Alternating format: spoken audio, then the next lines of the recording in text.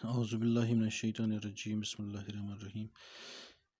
السلام علیکم پیارے بچوں، امید ہے کہ آپ خیر و عافیت سے ہوں گے۔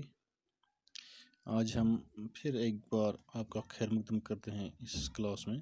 کلاس ہے ہمارا 8th، سبجیکٹ ہے سوشل اسٹڈیز۔ آج ہم کوشچن نمبر 3 اور 4 کرنے جا رہے ہیں۔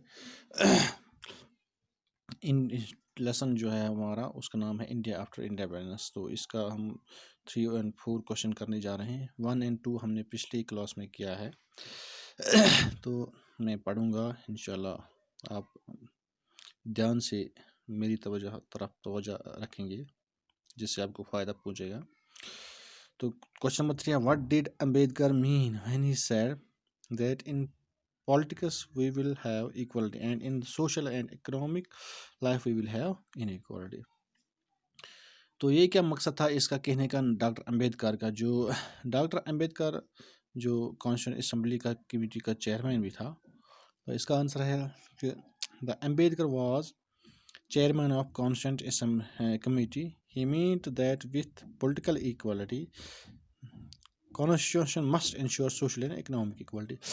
کہ جو یہ ہے پولیٹیکل ایکوالٹی جو ہے، جو گارنٹی دیتا ہے کانسٹیٹیوشن یہ بھی گارنٹی دینا چاہیے، must ensure social and economic equality, کہ جب تک انسان مطلب لوگوں کو سوشل اور اکنامک برابری ایکوالٹی نہ میسر ہو، تب تک اس کا فائدہ ہی نہیں ہے پولیٹیکل ایکوالٹی کا۔ تو اس کا یہی کہنے کا مطلب تھا کہ along with the political equality constitution must ensure social and economic equality، کہ کانسٹیٹیوشن بالکل سوشل اینڈ اکنامک ایکوالٹی بھی انشور کرے۔ تو یہی اس کا مقصد تھا امبیڈکر کا کہنے کا۔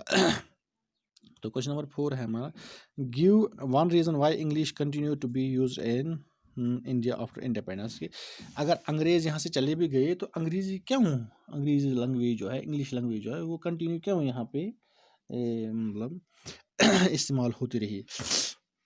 تو اس کا مطلب، اس کا ہم آنسر ہے، ساؤدرن اسٹیٹس آف انڈیا، جو ہمارے جنوبی ریاستیں ہیں of India, opposed Hindi being used as national language, انہوں نے مخالفت کی کہ ہندی کو قومی زبان بنایا جائے، and threatened for a separate state, اور انہوں نے ایک الگ اسٹیٹ کی ڈیمانڈ کی۔ جب یہ بات تک پہنچی کہ ہندی کو ایک نیشنل لینگویج بنایا جا رہا ہے، تو انہوں نے یہ تھریٹ دیا کہ ہم ڈیمانڈ کریں گے سپریٹ اسٹیٹ کی۔ And by this Hindi was selected as official language.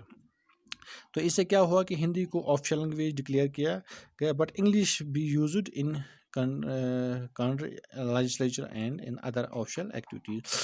تو لیکن انگلش کو لگاتار آفیشیل لیجسلیچر میں یا باقی سرکاری کاموں میں استعمال کیا جائے گا۔ This was the reason why English continue to be use in India after independence.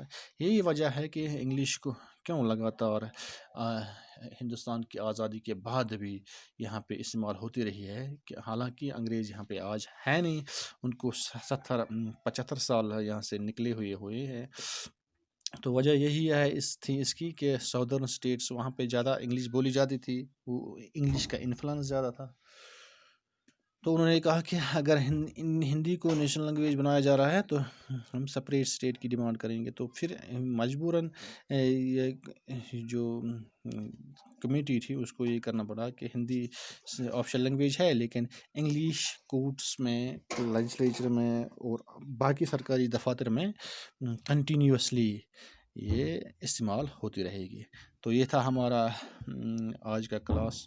انشاءاللہ امید ہے کہ آپ کو اس سے فائدہ پہنچے گا، اور کل انشاءاللہ پھر ملیں گے۔ تب تک کے لیے خدا حافظ۔